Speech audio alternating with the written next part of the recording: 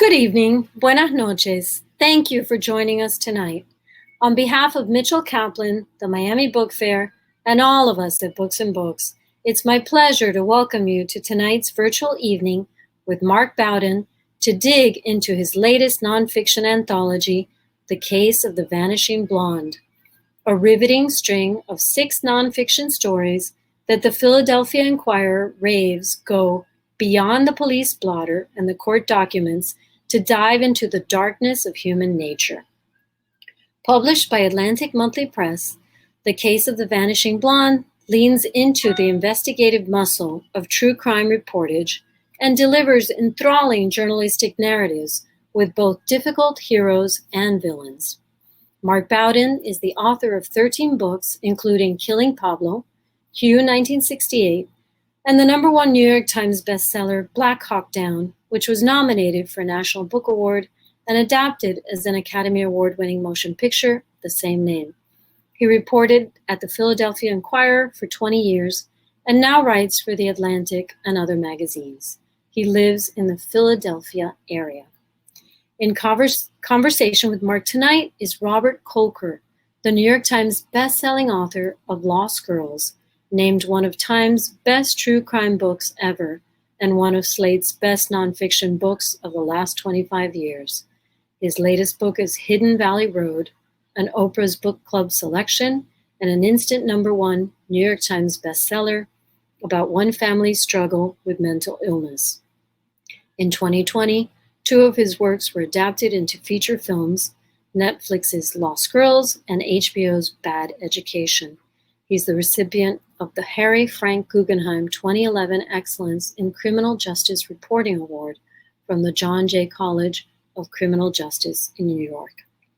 Throughout this evening's broadcast, we invite you to ask questions by pressing the Ask a Question button on the bottom of the screen, and you can find The Case of the Vanishing Blonde and any other titles you're interested in reading for purchase at Books and Books below by clicking the green button. Every purchase you make helps keep Books and Books up and running. And now, without further ado, let's welcome them both.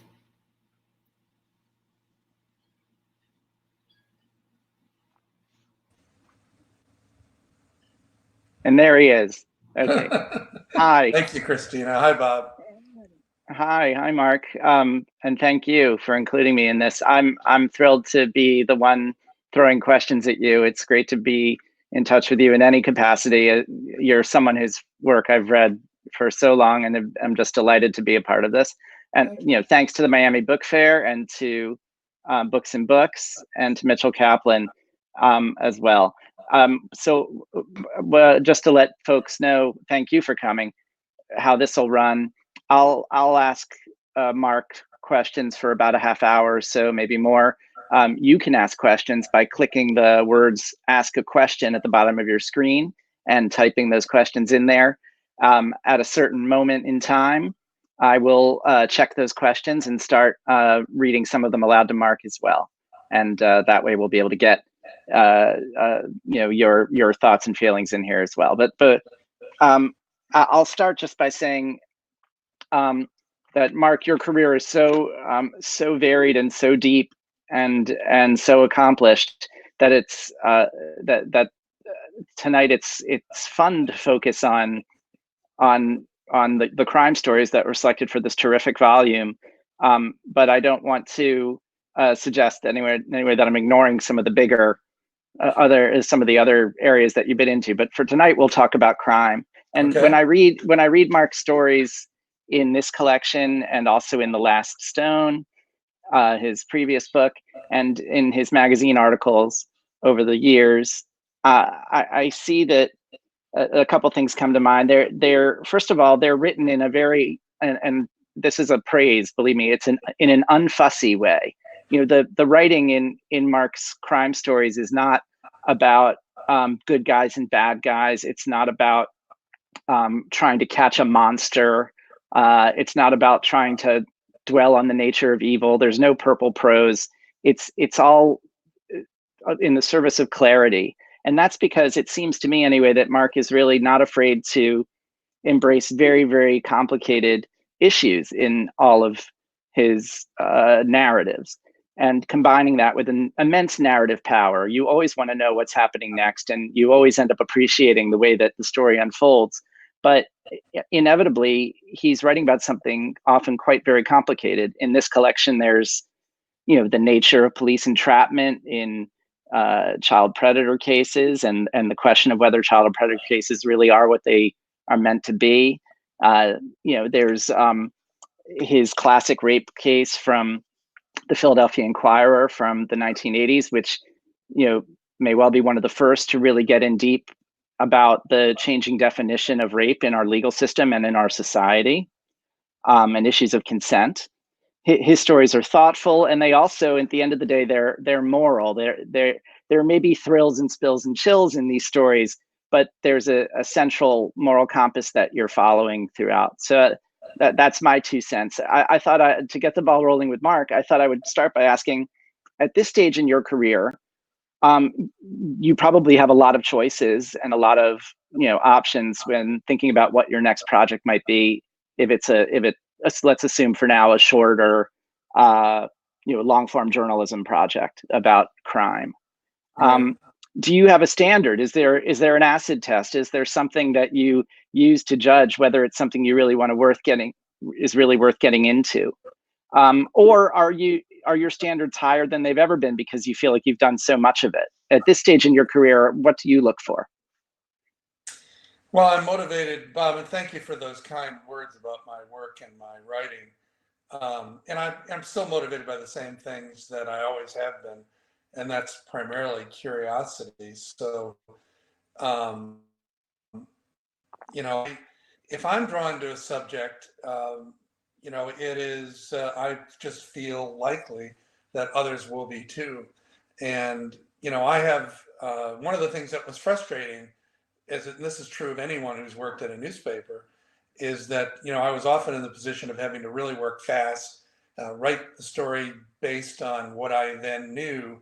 Now I have the luxury of actually spending as much time as I like on a story, which is really valuable to me because, my goal as a nonfiction writer is to try to understand how and why things happen in the real world, whether it's a battle or the takeover of the American embassy in Tehran or a simple crime story. The reason that crime stories appeal is because something terrible has happened. And, I think that is inherently interesting. And then as you dig into the story, very often you stumble across themes that are, that have a lot of broader implications but that's true and this is true, Bob, because you've done some wonderful writing of your own. When you dig deeply into a story, you're digging into human experience, and if you do it well, it touches a lot of people. Yeah, hopefully people can find something to relate to, even in an extreme situation that's happening. Right. If only the police trying to find the people who did things. You brought up your newspaper career. When you were starting out, did you dream of working the police beat, or did you fall into it? I was handed it. My first job as a reporter, when I started in Baltimore at the Baltimore News American, I would drive around in the morning with a veteran reporter named Dick Irwin, who actually used to be a cop. And Dick had a handgun in his glove compartment just in case we arrived on the scene of a crime before the police. And he would listen to the police radio and watch the helicopter overhead. And this, you'd start working at like 1 o'clock in the morning. And we would race all over town and go to the scenes of shootings or robberies or whatever. So, that was the newspaper world that I grew up in. And of course, as I said, for me, it was never terribly satisfying writing a quick story for the next day's newspaper. I always would look at these situations and think, what the hell happened here? Who is this person? Why did this happen? Those were the things that really interested me. In the Philadelphia Inquirer story that kicks off this collection, we are thrown into an enormously complicated and sad situation at University of Pennsylvania, a gang rape that a fraternity at a fraternity house, and we get to know everybody in it. And but my first reaction in reading this is, what kind of newspaper gives a writer, what, 8,000 words? Such a long, it really is essentially a small book, or if it were fiction, it would be a novella, about this incident. It's amazing the kind of opportunity you had. And I wondered, was that typical for 1983, or was there a special relationship you had at that point with the paper? It wasn't that unusual, Bob. I mean, in those days, the newspapers, big ones, had what we used to call Sunday magazines. Today, the New York Times has one, but there are not many newspapers that do. The Inquirer doesn't anymore. And I was lucky. I'd been at the paper for a few years and had attracted some attention from editors with stories that I had written. And I was always drawn to longer, more detailed stories not in me. So I was appointed to the staff of the Sunday magazine around 1982, 83. And at that point, I had time and space to really dig into stories. I will say that it was always a battle, however. In the Sunday, even in the magazine, I had to fight to get more room. And, sometimes I would write a version of the story and it was like 4 times longer than what they had been expecting. And I would always say, look, if you can cut it and tell me that it's better, I won't fight you. I think I want it to be better. But if you're just hurting the story by cutting it, why are you cutting it? And editors pretty much responded to that. Wonderful. And among the stories that are in this collection, this is one that it seems to me was written under a competitive situation. This rape was national news. I'm sure TV was all over it. Mm-hmm. Did you feel a certain amount of pressure to deliver something special? Given you're writing so long about it. Yeah, I knew I would have more time and space, and so I had a tremendous advantage in that. And I was a young guy when I did that story, so I could walk onto campus and into that frat house, and I really was not that different looking. I was a little bit older, but not that much older than these young frat brothers who were involved. And so, and they all believed that if they could just explain themselves to me, that I would say, oh yeah, this is, clearly you're right. With what little perspective I had, and I was a little bit older than those guys. To me, I was horrified by what had happened, and I'd also met the victim and spent a lot of time talking to some of the activists on campus who were angry about this. So, I mean, like all really great stories, it changed my thinking. I think prior to working on that story, I probably would have accepted the idea that if a girl goes to a party on campus high on acid and drunk, that she should expect that she would be, attacked in some way. And, that was just the mindset. Yes, and this really changed my mind. I hope it did others. Yeah, there's a great moment in that story where you dig into the group psychology, essentially, of how horrible behavior becomes normalized. Right.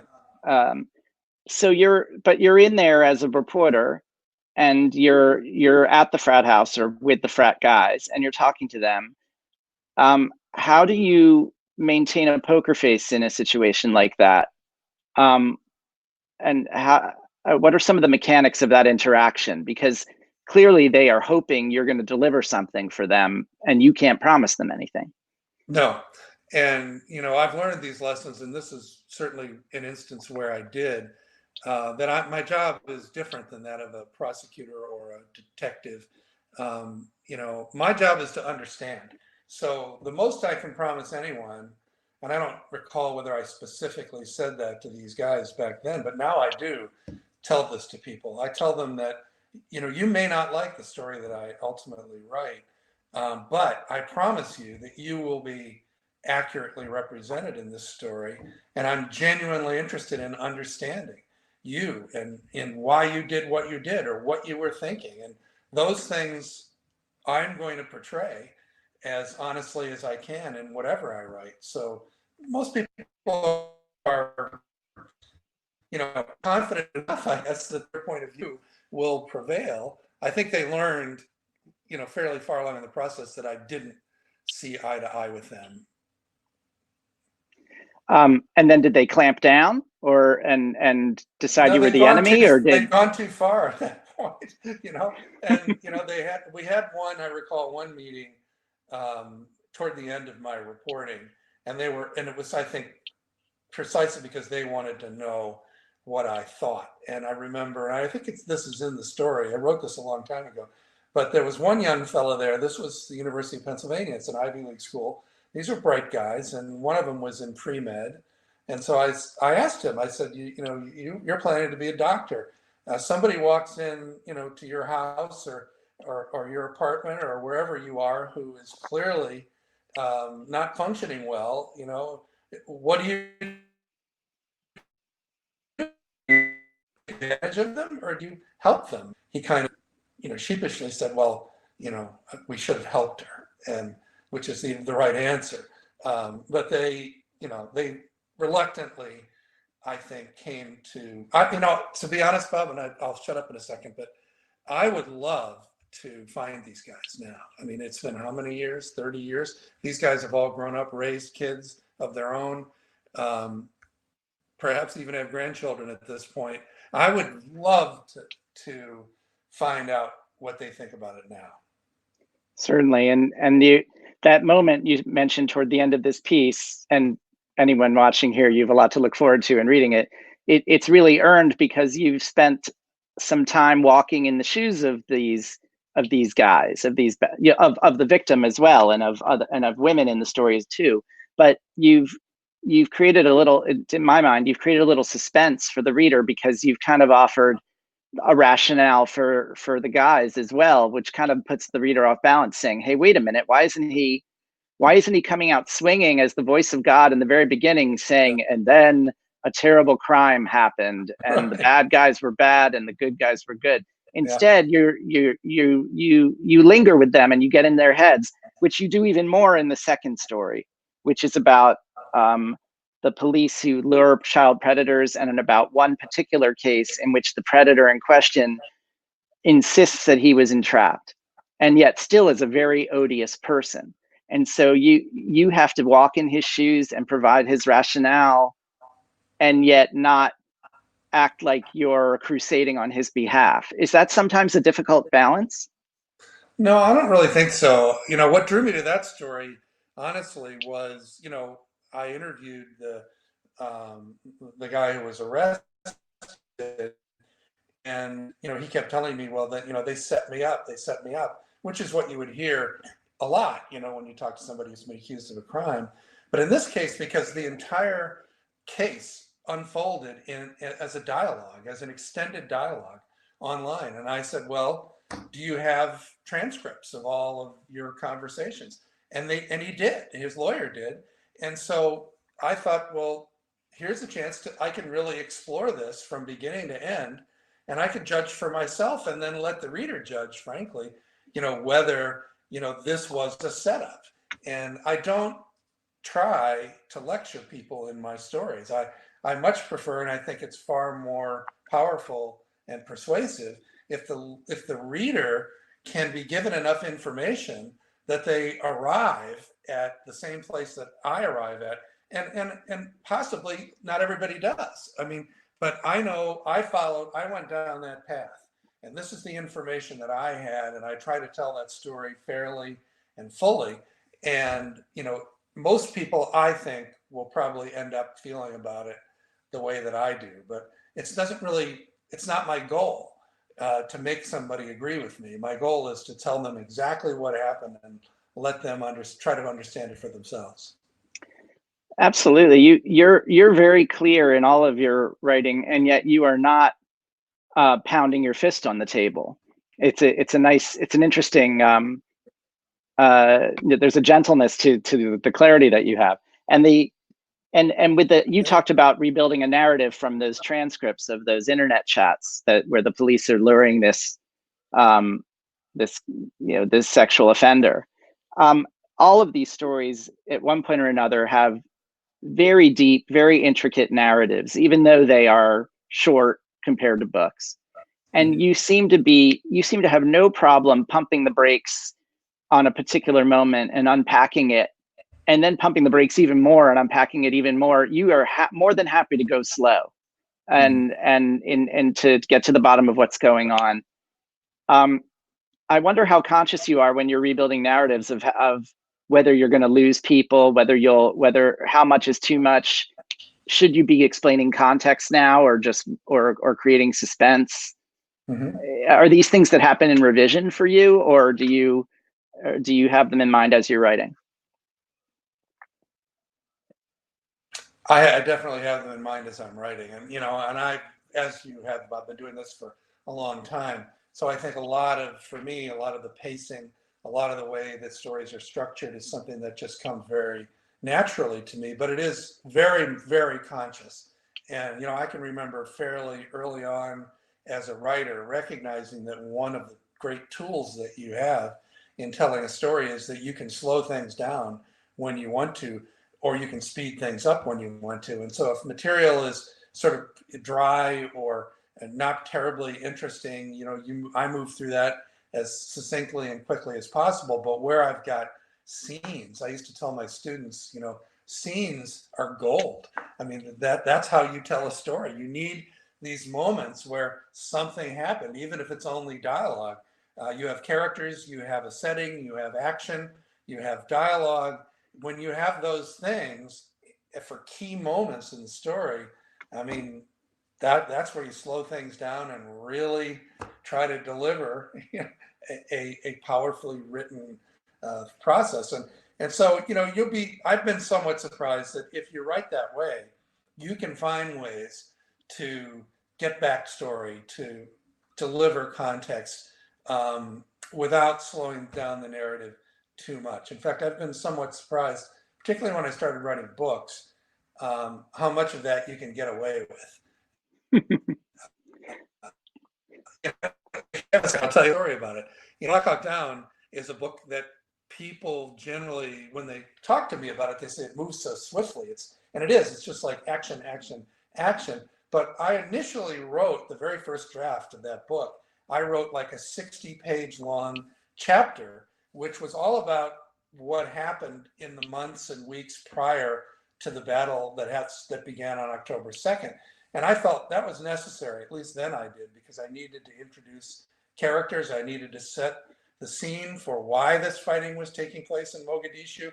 And when I showed it to my friend David Zucchino, who edited it, the first draft for me, he said, Mark, this story just takes off in chapter 2 when those helicopters lift off to go on that mission. You need to get rid of that whole first chapter. Well, at first I thought, no, I have to have that first chapter. But what I ended up doing was putting it all back in, but I basically cut it up. I had scissors, and I was doing it on paper, and then inserted, the context and backstory in the narrative. And to me, when I read that book, I look at it and I go, this is so obvious, that I'm digressing and throwing all this backstory in right here. And yet no one has ever noticed. So I'm like the only one who's noticed it. So apparently you can get away with a lot more of that in a book than you think. Do you benefit sometimes from editors who look at your story and tell you what's working and what isn't working, and almost treat this draft as a rough cut and say this you need more of this and less of that? Absolutely. And any writer who doesn't listen to their editor is a fool. You're ultimately writing something for somebody to read, and an editor, a good editor, is your first reader, who has the advantage of telling you, I love the way you set this up, or I don't particularly like the way you set this up, and the editors I've worked with, it's always been my decision ultimately, but I very much value the input that they give me, and in many instances they've greatly improved upon my original conception of the story.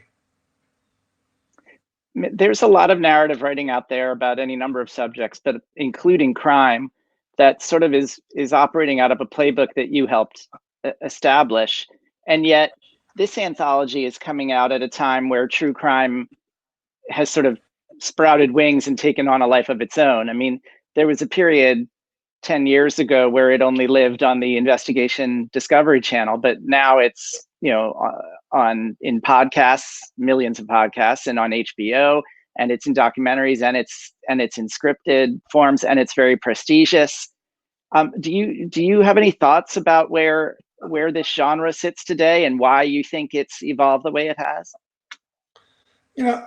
Maybe I'm just old, Bob, but to me, it's always been there. I mean, I remember reading In Cold Blood and Tommy Thompson's Blood and Money, and these are books that I read when I was in my 20s, and I just thought, boy, that's an amazing story. I'd love to do stories like those. So the fact that we have such a multiplicity of media now and different ways of telling stories, whether in podcasts or in film or TV serials or whatever, is wonderful. I mean, but the lure of a well-told true crime story has always been with us, and is one of the earliest forms that excited me. You've done something that it would be hard for me to think that anyone else has done, which is you found your own Hercule Poirot, your own Sherlock Holmes. Yeah. And you almost, and in this anthology, you have a basically serialized crime nonfiction with a hero who we follow through 3 of these stories. Yeah. Can you tell me about Ken Brennan and how you met him, how your interactions with him evolved over time? Yeah, Ken is like a gift from God, I remember I mentioned Truman Capote a little while ago, and I don't know if you're aware, but after he wrote In Cold Blood some years later, he wrote another story about Alvin Dewey, who was the detective in Cold Blood, called Hand-Carved Coffins. And I remember reading that years ago and thinking, man, I hope someday I can get to know a detective or somebody who I can develop a relationship with, and they'll keep bringing me these great stories. Well, Ken found me. I mean, I'm fortunate in that the magazines I write for and some of the books I've written have attracted a lot of attention. So I get calls from time to time from cops or detectives who want me to tell their stories. And generally what they're looking for is for me to collaborate with them or to pay them, to write a story, neither of which I do. So I always tell them, well, if I do decide to work on this, I can't pay you anything. And, and the end product is going to be mine alone. I'm not going to, co-write anything with you. And most people back away at that point. But Ken just said, I don't care. I've just got a great story. That was the case of The Vanishing Blonde. So, I went down to Florida. I met Ken. He told me the story. I listened to it. It was such a great story, but I listened somewhat skeptically. And I went out and began reporting on my own. And damn, if the story that he had told me didn't pan out, exactly the way he described it. So I wrote it, and it became, one of the most popular and successful stories that I had in about 8 languages now. And Ken called me about a year or 2 later. He was in Philadelphia, and said, let's have lunch. And I thought, well, that sounds like fun. And so I started driving out to meet Ken, and I thought, I'll bet he's going to try and sell me he's going to try and get me interested in another story.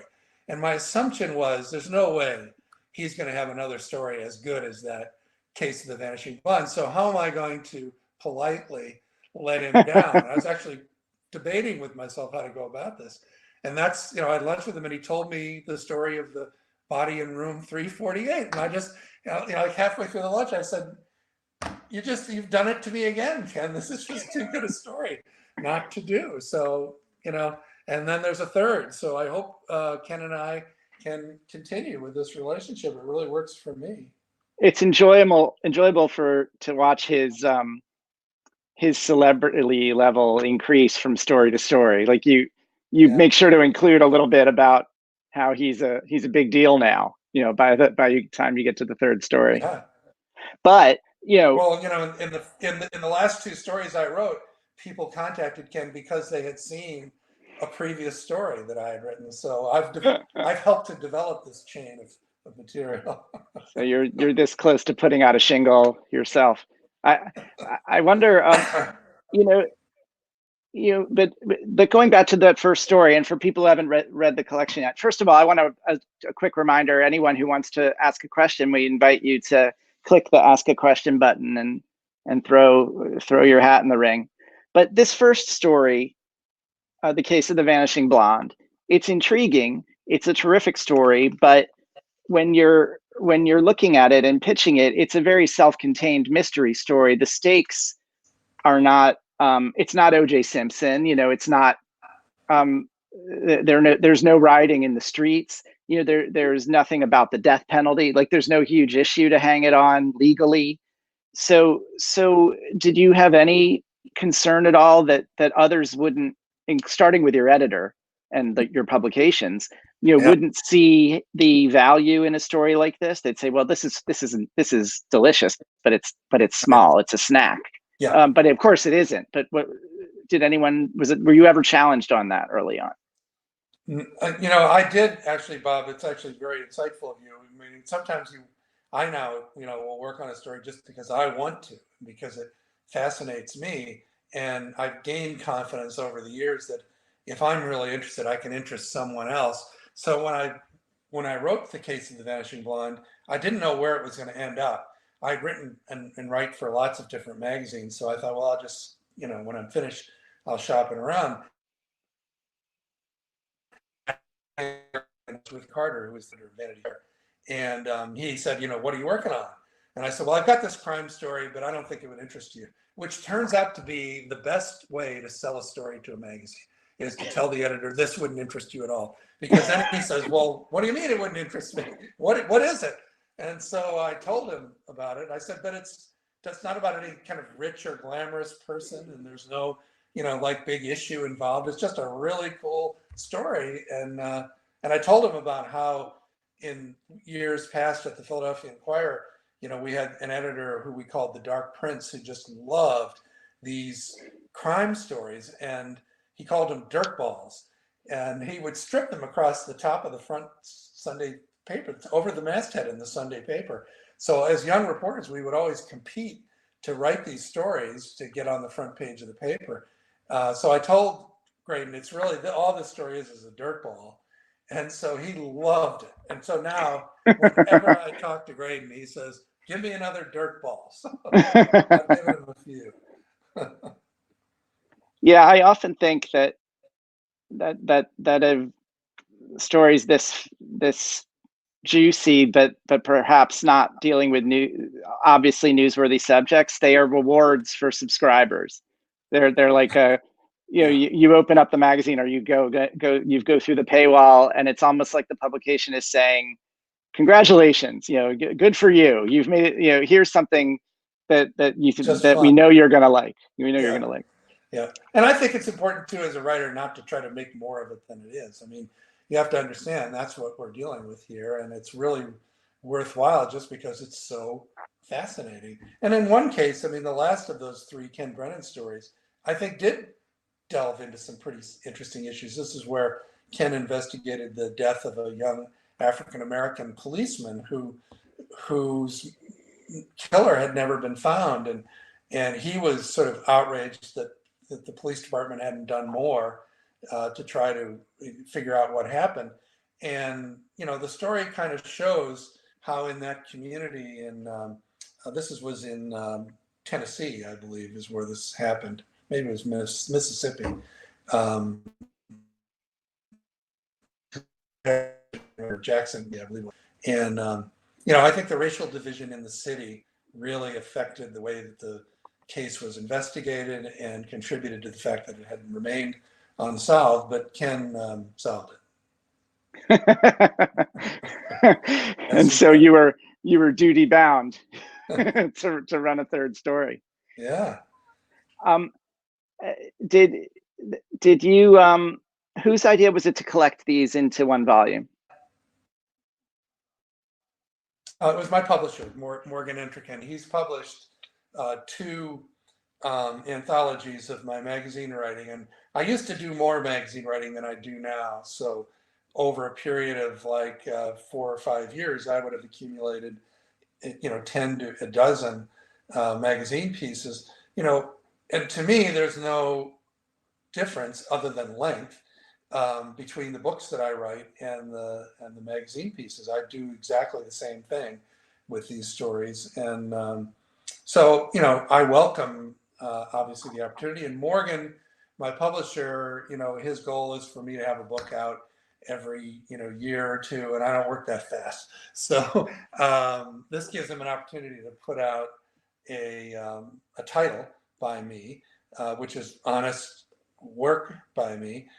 This book follows on the heels of the book that you wrote such a wonderful review of for the New York Times, the book The Last Stone, which happened to be a crime story that went book length. And so, that book did well, and Morgan thought, well, let's pull together, some of these crime stories and see if that people will respond to that. While you're certain, of course, your point is exactly right, that from In Cold Blood forward, this genre has existed. We do seem to be in a moment where there's an appetite for it. So how nice for all of us that this is all bound together. That would be Morgan's calculation more than mine. I appreciate his efforts. I really do. I see one question here about. It's a very good question, and it gets us into areas that I would love to get into. The question is, what do you think about female detectives? Do they approach cases differently?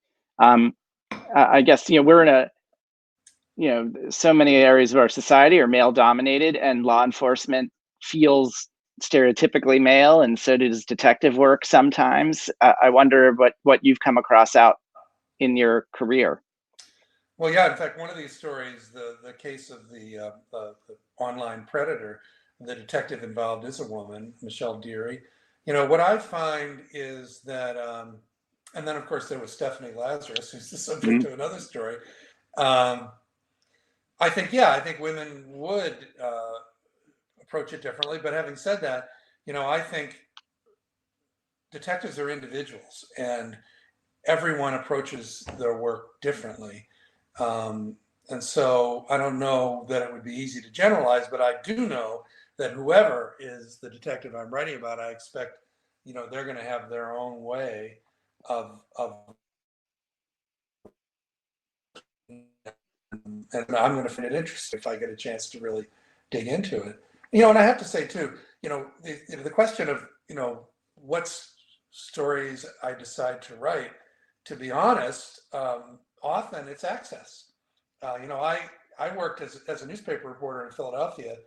There were so many great stories that I would love to have done, but there was nobody who was willing to cooperate, where I just simply wasn't able to get the kind of access that I would like. And so oftentimes just the opportunity, because I have a cooperative victim or a cooperative detective, or in some cases both, I know that I can dig in as deeply as I would like. And so that's very often an incentive for me to do a story. And then other times it's the availability of documentary evidence. I mean, in the case of the story that I call A Million Years Ago, the Stephanie Lazarus case, what really drew me, frankly, to that story was the fact that Stephanie Lazarus, an established detective with the LAPD, was asked to come downstairs to an interview room to help a couple other detectives with a case they were working on. So she enters the room in a very collegial way. She figures she's just here to, show her chops as a detective, and leaves the room several hours later in handcuffs, charged with a murder that she'd committed 25 years ago. And that all took place on camera. That interview, which you can find if you want online, if you want to watch the whole thing, was the spine of that story, and frankly was the reason why I decided to write it, because I felt like, how often do you get a dramatic event like that, unfolding in an interview room, where you have all the dialogue and you have the video that you can watch, and you'd have to be a pretty lousy writer not to be able to put that together. It's an enormously satisfying thing to have that narrative spine to that story, but I think what really makes it satisfying is the way you unpack the details. I mean, you have a target of an investigation who walks into the room not knowing she's a target. The real question in my mind is, when does she realize that the heat is on, and Right. what does she do once she realizes it? Yeah. And you're not just running the tape for us in that story, you are taking us second by second and making educated guesses about what she senses is happening at every moment. So you actually get to see her defenses start to crumble. It's really, I think satisfying is the word. It's enormously satisfying, and it's not like a traditional cat and mouse kind of thing where the detective would leap to his feet and say, you said that you had lunch till 1:30 p.m., but the tape shows you leaving the restaurant at 1:20, so you had 10 minutes to do it. There is no huge confrontation there. It's all when are they going to get what they need, and how are they going to do it? It's really, it feels real, in not just because the tape is running, in my mind. Yeah, and I think too, you have to, and you're right. I try to make it clear where I'm speculating, but I mean, it seemed to me that at a certain point where she realized, and it didn't take her long, that she was being investigated, then she had to stay with them because she didn't know how much they knew. So she, maybe they didn't know enough, and she'd be able to kind of deflect them or talk her way out of it. So she kept going and kept going, which is what, of course, they love. And it just, you can't make this stuff up, Right. And I think most journalists love it when their subjects keep going and going too. They don't want them to stop talking, because the more they talk, the more you get them. And Yeah. I think you're especially good when it calls for it in noting that similarity between reporters and investigators, that you're trying to get people to talk, to get them to understand. And so do you feel a certain kinship with detectives in that sense, in their mechanics of their work? Much, yeah. And I think, and I think the best detectives that I've met share my goal, which is to try to understand. I mean, they're not just interested in, okay, I have enough that I can nail this guy, which is the way I think, frankly, most police are. It's the rare detective who really is interested in how and why, this crime happened the way that it did. And very often there are significant clues that emerge when you go past just, when you're trying to do something more than just pile up chits that you can use in court. And, I feel like I would not want to be a detective. To me, the fun of the whole process is, and everything builds toward, and I'm a reader and I've always been a writer. To me, having a great story is like the greatest thing that I can have. I get excited about it. One of our questioners wonders if the quarantine's changed your routine much, what you've been doing in the shutdown, and whether anything worth talking about. It has. I haven't done as much work as I usually do, but then part of that is I'm getting pretty old, so I'm slowing down. But I have been working. I wrote a piece for the Atlantic, which I sent them about a month ago, and they still haven't gotten back to me, so I have no idea what's going on there. But I did all of the reporting, or almost all the reporting for that on the phone, which for me is highly unusual.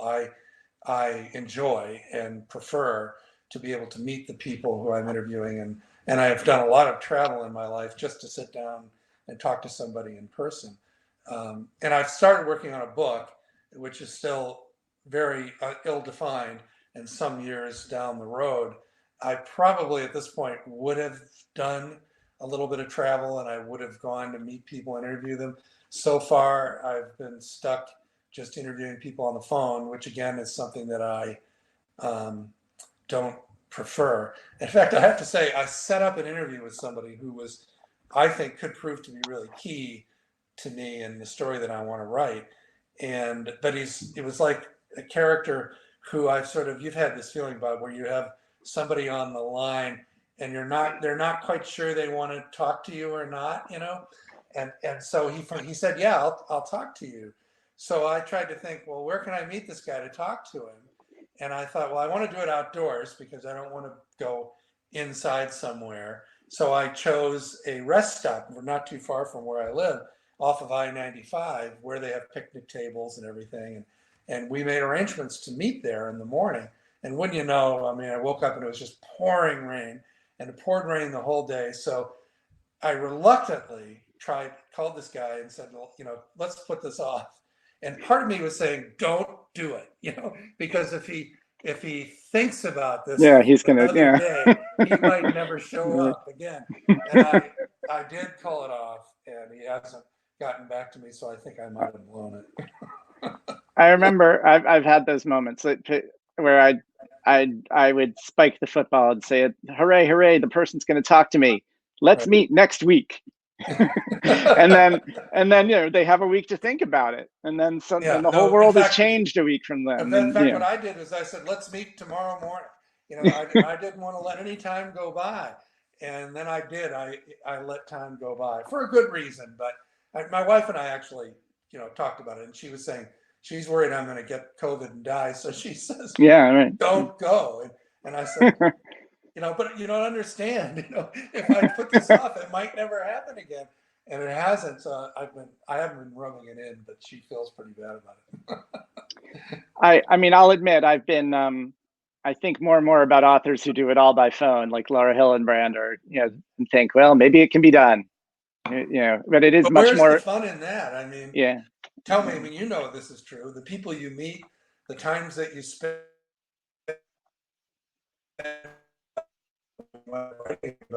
are some of the most fascinating things that I've done in my life. I mean, when I wrote The Body in Room 348, Susie Flanagan, the widow of the victim in that story, cooked me this fabulous crawfish étouffée at her house in Louisiana. We had a fabulous night, and her friend was there, and we all just sat and talked about her deceased husband, and I learned so much about her and the family, and it was a lovely, delightful evening.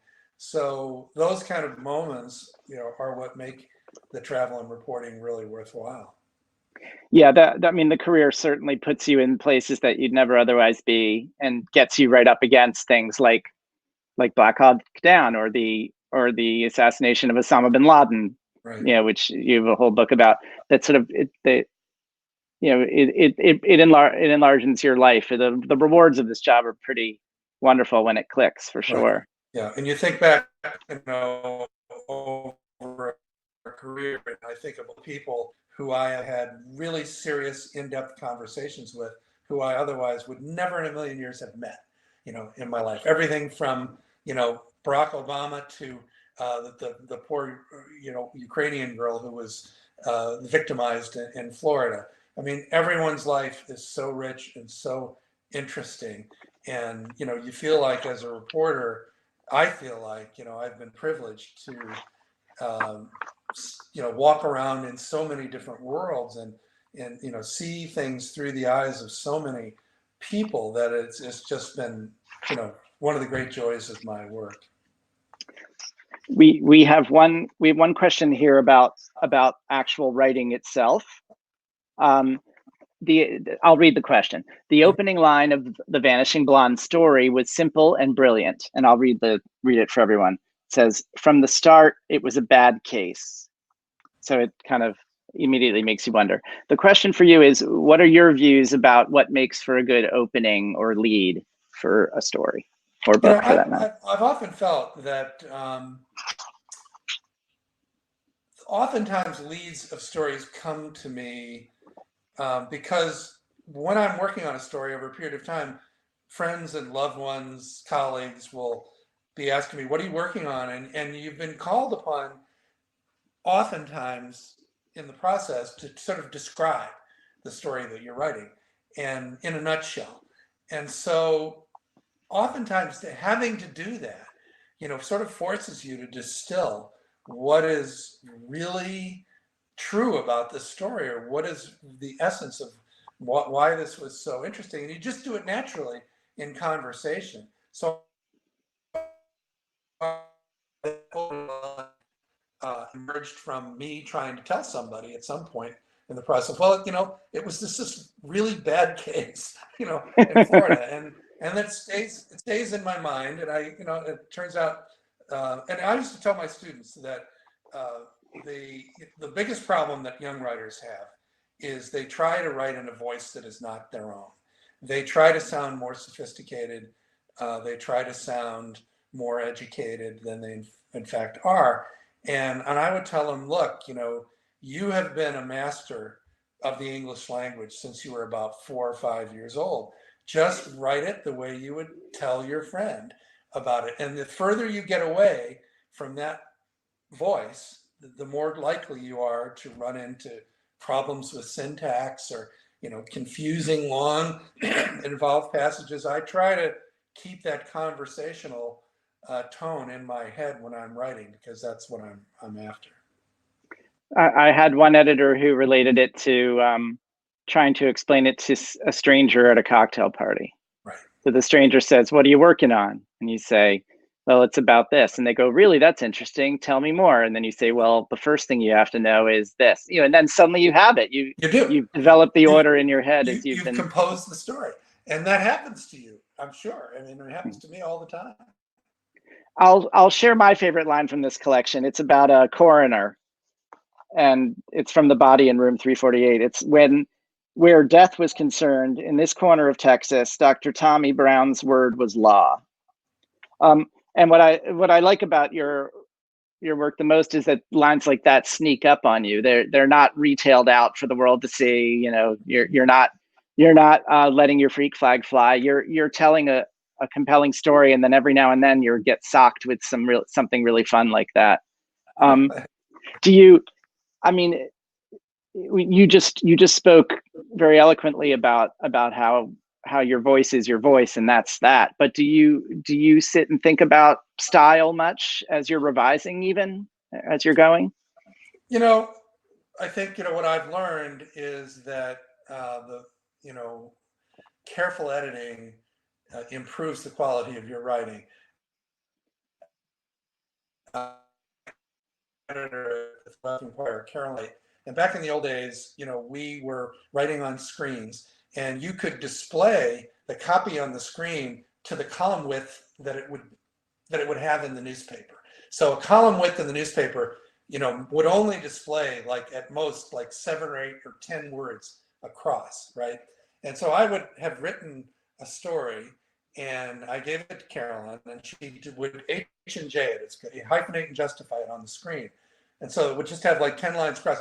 And she would proceed to remove a word from every goddamn line in what I had written without harming the story at all. And that was a process that I internalized very early on. I call it squeezing the sponge. And so what that does is it makes your writing more concise, but more importantly, it often makes you think twice about the way you have written a sentence. And the second time you think about it is usually better, than the first time you think about it. And I remember, that line from the story you mentioned, and that emerged from the reporting. As I'm interviewing people, I say, well, who is this guy?